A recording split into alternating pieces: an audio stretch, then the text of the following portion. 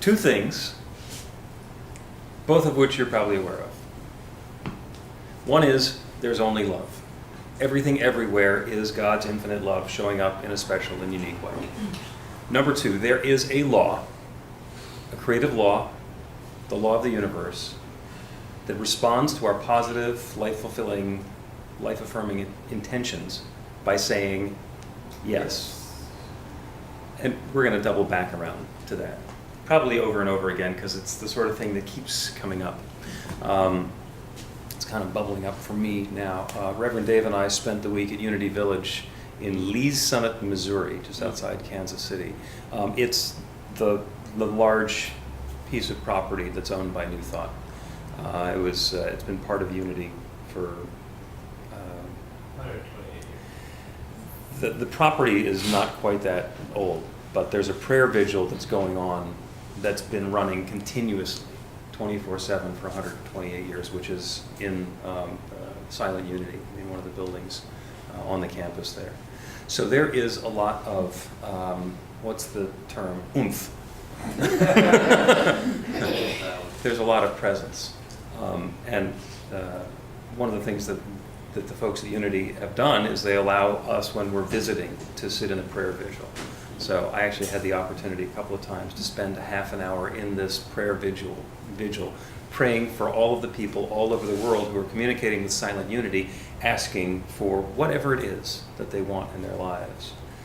And they're doing it with electronically mostly now. So it used to just be stacks of paper that they would have in the altar. And they pray for them for a month. And there's a little basket full of CDs. And that's basically where they digitize all the prayers. And so those are the prayer requests. And just having the connection with that creative power that's been flowing through this room continuously. I mean, there are employees who do prayer at Silent Unity, and everyone, once a shift, has a half an hour in the prayer vigil. And that's been going continuously, like I say, for 128 years. It's got a lot of power and presence. It's wonderful. So the affiliated New Thought Network, which is the organization that we're part of, was having our annual conference there. And the title of the conference is Exuberance, which is also the title of today's talk today. And everybody was coming up on the platform and describing what the word exuberant means to them. And I told Reverend Dave what came to my mind, and he said, please don't say that from the platform. Because I think of Dave Mattice as being exuberant. He drives for Lyft now. He used to drive for Uber, so he's exuberant. But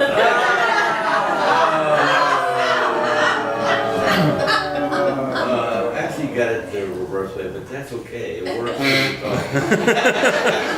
You don't drive for Uber now, do you? Yes, I do. Oh, well, then you I change. go for Lyft first, and then so I uplift people's lives. So.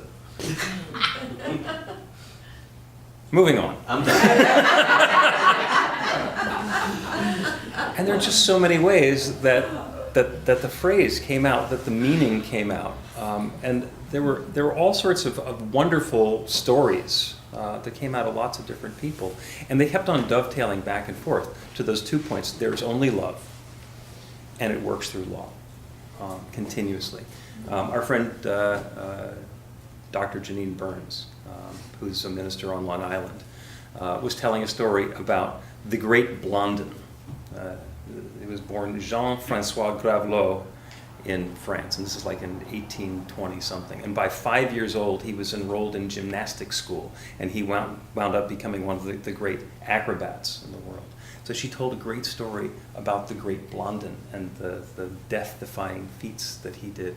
And Matthew Fox was the keynote speaker and actually did a workshop for us. Matthew Fox considers himself to be an elder. He's a visionary and a mystic and just a wonderful presence. And he had all sorts of definitions of the word exuberant.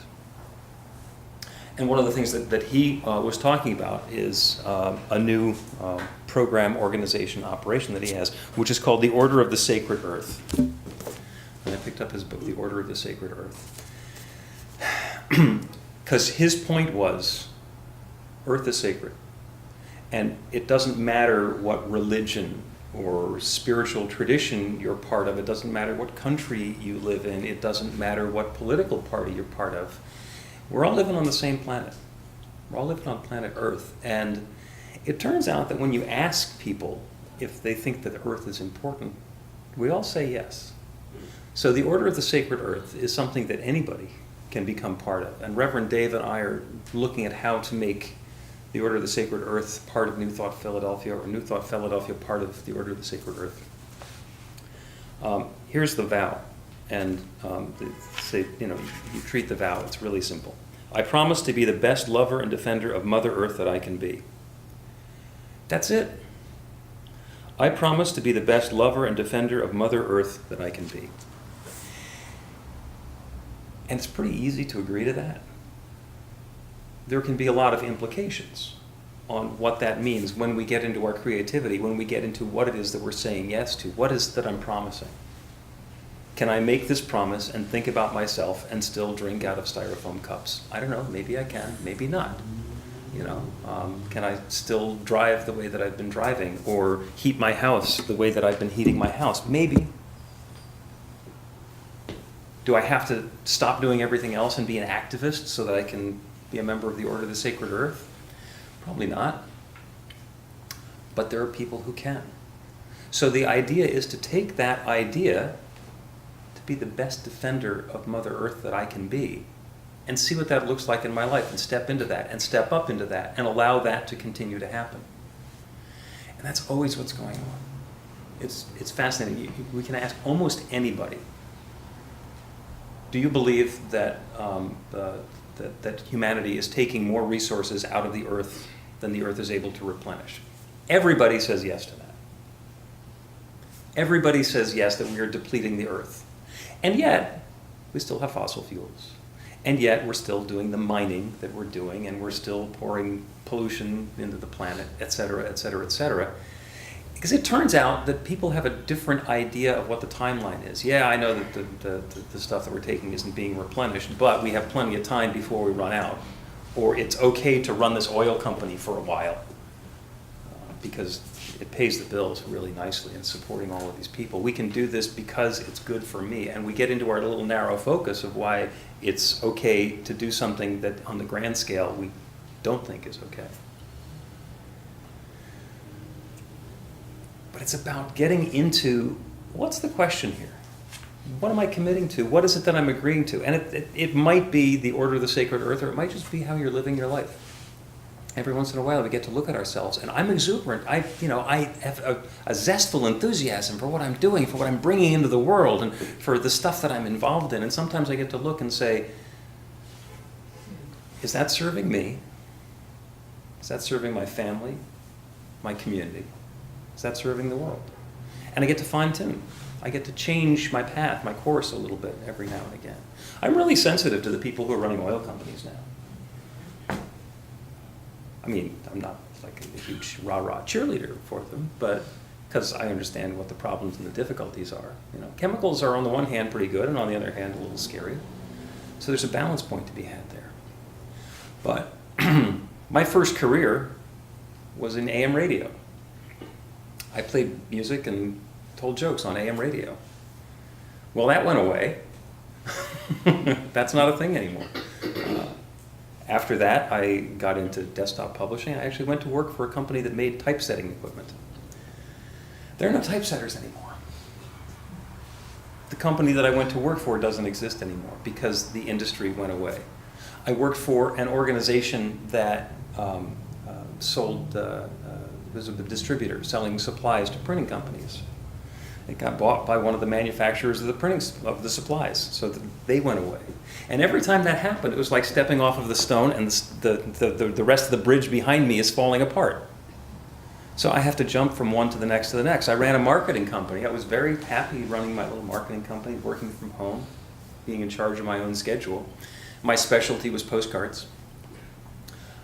Nobody's sending postcards anymore, so that industry went away. And I was a little miffed about it until I realized, wait a second, I've been this change agent making all these other industries go away, and just because I didn't own it, I was okay with it.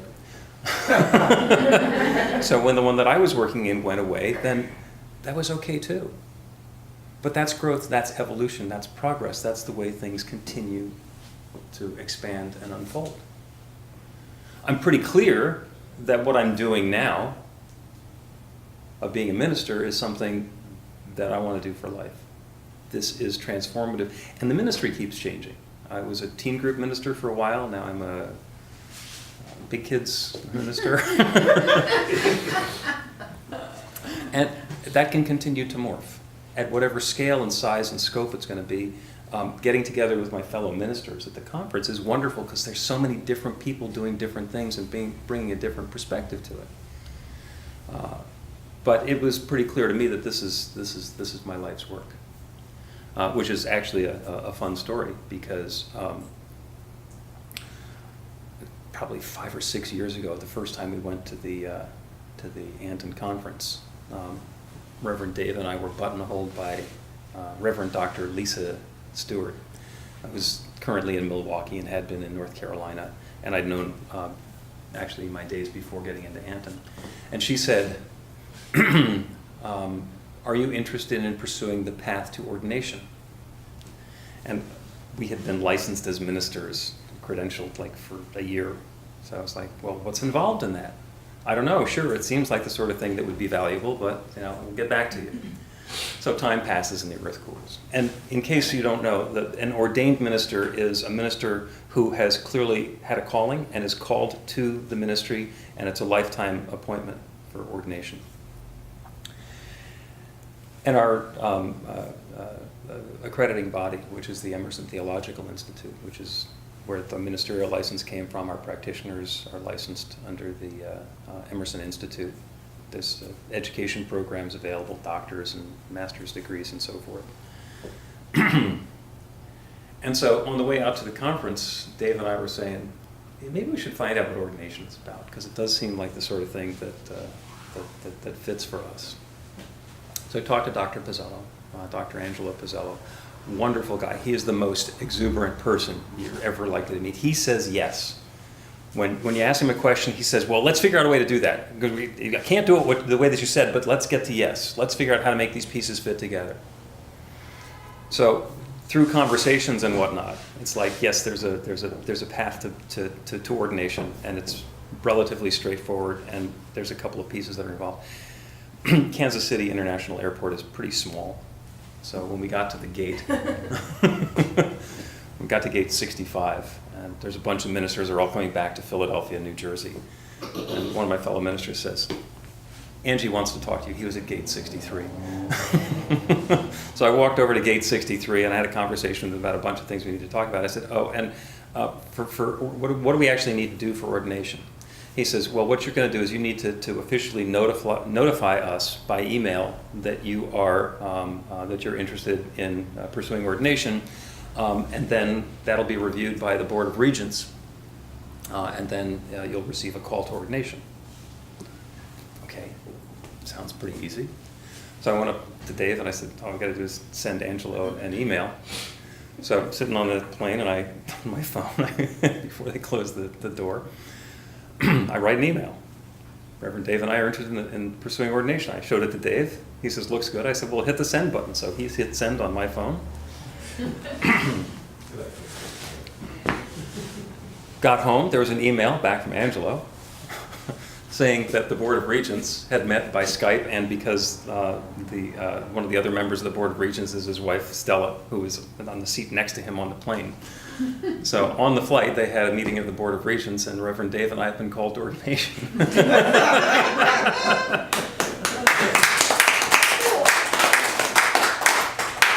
And there's a graduation and an ordination ceremony that happens at the conference, so we'll be doing that officially with our colleagues at Emerson next year. But that's the thing that has happened, and now the rest of it is ceremonial. It's about stepping into the life's work. What is that going to look like? What's the world that we're creating together?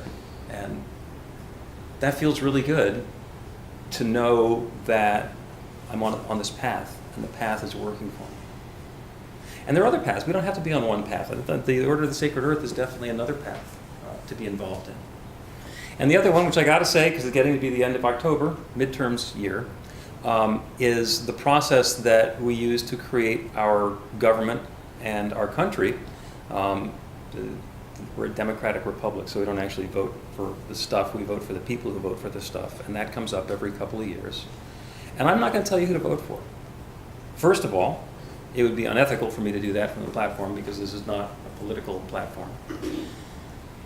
But also because if you're the sort of person who's going to vote for somebody because I tell you to, no. I mean, I will, but don't do it for that reason. What I want you to do, first of all, I want you to vote. Second of all, I want you to vote for love. Whatever is in your heart that will serve you and that you believe will serve your community and your family and your friends, vote for that. But don't sit this one out saying, oh, I've only got one vote, it's not going to count, nothing's going to be any different. I live in a city that's completely votes this way, so it doesn't need my help. Go vote. To be able to take a stand, to be able to say, this is who I am, this is the world that I want to live in, whether it comes out being the way that you thought it was going to be or not. That's being involved in the process. It's a great poem called First They Came. This is by a German Lutheran pastor, Martin Niemöller. First they came for the socialists, and I did not speak out because I was not a socialist. Then they came for the trade unionists, and I did not speak out because I was not a trade unionist. Then they came for the Jews, and I did not speak out because I was not a Jew. Then they came for me, and there was no one left to speak for me. Now that's really sad and fearful, but that's not the reason to vote. Don't vote because you're afraid to not vote. Vote because of love. Fear and love are opposite sides of the same thing, and if you're seeing fear, if any of us are seeing fear, there's always the possibility to turn the other way and to look towards the love. It's election day. Go vote for love, whatever that means for you. And when you take a stand, you can take a stand for anything, as long as it's a stand for love, and as long as you're willing to put your intention into the law. I got to spend a couple of hours on Tuesday afternoon in the Unity archives. They have a huge library, and then there's files, boxes up to the ceiling. And I've been working on a project. There's I think I might have told this story. It's the STEP study. It was actually done between 1998 and 2000. It was published, I think, in 2005 or 2006. The study of the therapeutic effects of intercessory prayer. They wanted to prove that prayer works. And they had 3 groups, and there was a control group, and they were praying for patients who were about to undergo cardiac bypass surgery. And they had a bunch of exclusions. I've read the papers, there's charts, there's graphs, there's things that are very complicated and hard to understand. But mostly what they would do is they get people at 6 different hospitals, including the Mayo Clinic and Harvard, and they would and get these people into the study and say, can we do prayer for you? And one group didn't have any prayer. Another group got prayed for, but they weren't told they were prayed for. And the third group was prayed for, and they were told that they were being prayed for. And usually in cardiac bypass surgery, there's about a 50% chance of complications. So that's what they were mostly focused on. So the results of the study, 1,600 people through 2 years, and the prayers were being done in part at Unity, which is why I was looking in the archives.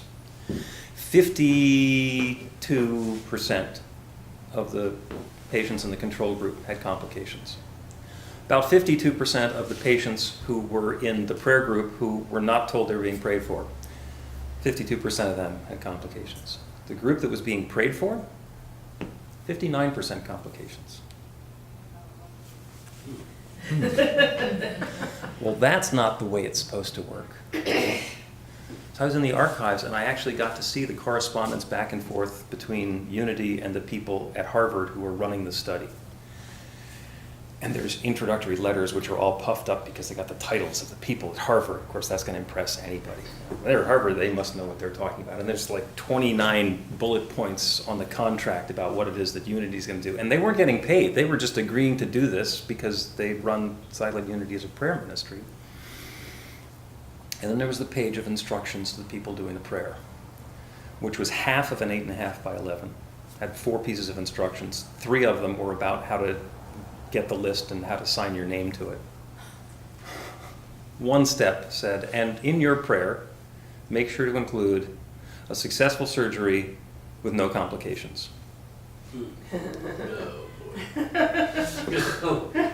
And I went over this with the vice president of Silent Unity, and she says, oh, no. And she wasn't there then, but she knows now. When you end your affirmation, you end your prayer on the word complications, it's a complete success when you get complications. Yada, yada, yada, complications. The universe doesn't know no, doesn't know not. The universe is always saying yes. So if the prayer was for complications, they actually had a complete success by getting more complications. Just by way of showing that it's important where we put our intention. It's important what we believe in. I talked a little bit about the great Blondin, the acrobat. He came to the United States in the mid-1800s and discovered the Niagara Chasm, the Niagara Gorge near Niagara Falls. And he said, I can walk a tightrope across that. There's stretched an 1,100-foot rope from one side to the other, from the United States to Canada. And he walked across it. It was like 3 inches wide. And then he walked back, and he's a great showman, so he started doing stunts and stuff. He brought a chair out there, put the chair in the middle, balanced it on one leg, and sat on the chair. One time he walked across, and he had a little stove with him, and he stopped and cooked an omelet while he was there. And he gets a big sack of potatoes, puts them on a wheelbarrow, and he goes across with the wheelbarrow. He says to the crowd, who's like cheering with him, did you believe I could do that? And they said, yeah. Did you believe I could do that with a person? And they said, yeah. And he said, who wants to volunteer? That's the difference between belief and faith. Look for those indicators in your life, because if you believe it, that's great. But faith is the belief in things unseen. What are you willing to say, this is true for me? This is where I'm headed. Because the answer is always going to be yes. There's a law that always says yes, and it's all unfolding in love. Make sure you're asking the right questions. Make sure that your prayer is not for complications. Make sure that the intention that you're setting is the life that you want to experience. And be gentle with yourself, because you can fine-tune. You can say, oh, that one didn't work. Let's do that one more time.